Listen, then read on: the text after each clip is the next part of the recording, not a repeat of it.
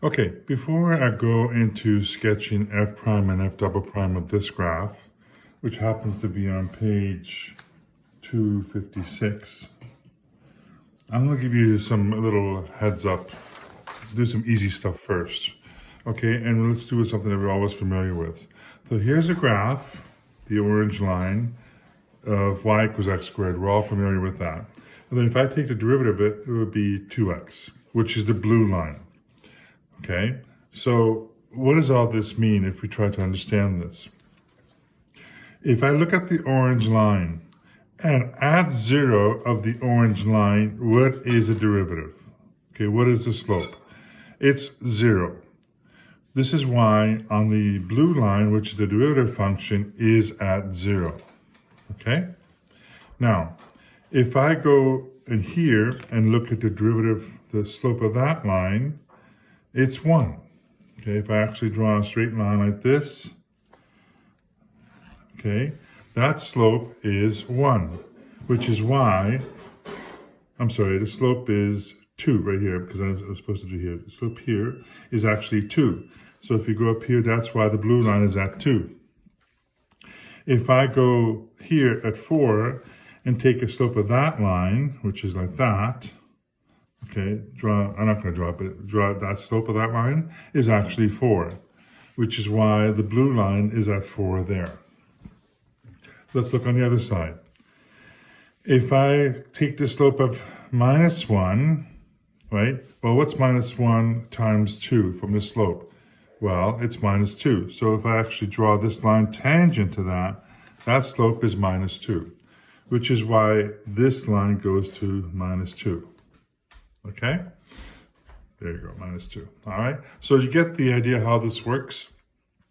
And the further you go to the left, the steeper the slope goes, or negative slope goes, which is why this line keeps going down, down, down, down. And the same thing on the right side.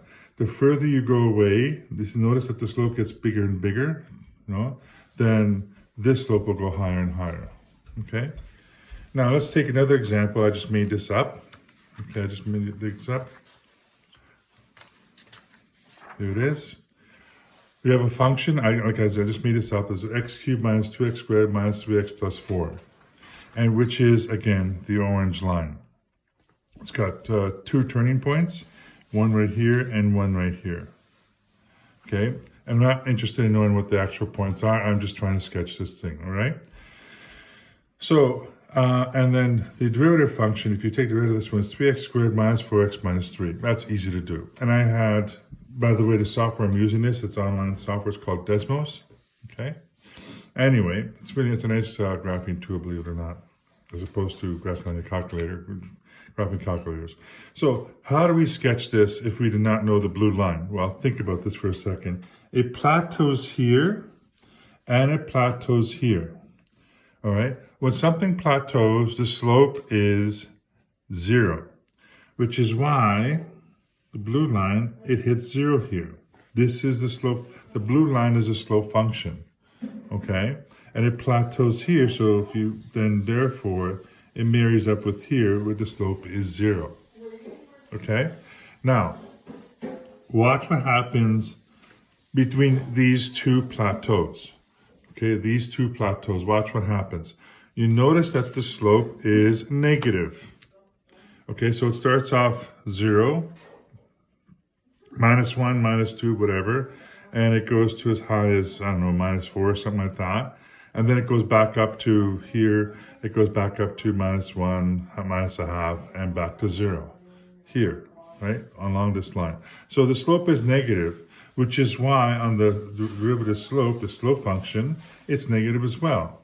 You can see that it gets steeper, negatively wise, steeper and steeper, okay? And this, as we all know now, is the approximate point of inflection. So it actually plateaus here as well. All right. And then if you look to the left of this point, well, what's the slope? The best thing to do is just put your hand on it like that. Okay. And you can see, oh, it's a positive slope, which is why this is going positive.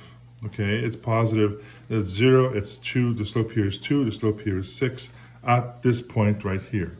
So at 6, right there, if I draw a slope line there, that that slope is 6.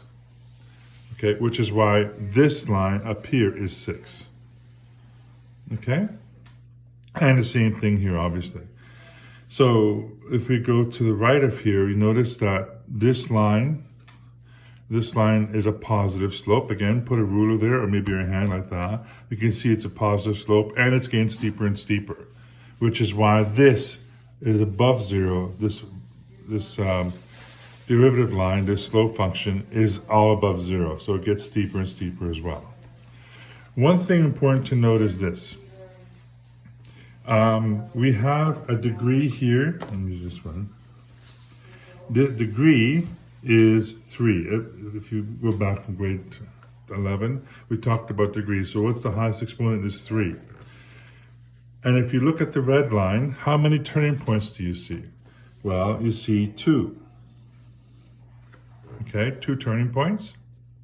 Now look at this one. What is the degree of this one? The degree, the highest exponent is 2. And how many turning points do you see here? Well, it's right here. This is only 1 turning point. So therefore, the turning point equals 1. Okay? So it's interesting to see that depending on what the degree is, the turning point is always 1 less than that. Most likely, okay? Like 90% of the time. And that's because, well, if you look at another function like y equals x cubed, it's basically this, like that. But really, there are no turning points. But the maximum number of turning points is max of 2, okay? And that's because we can have different variations of a cubic function that goes like this.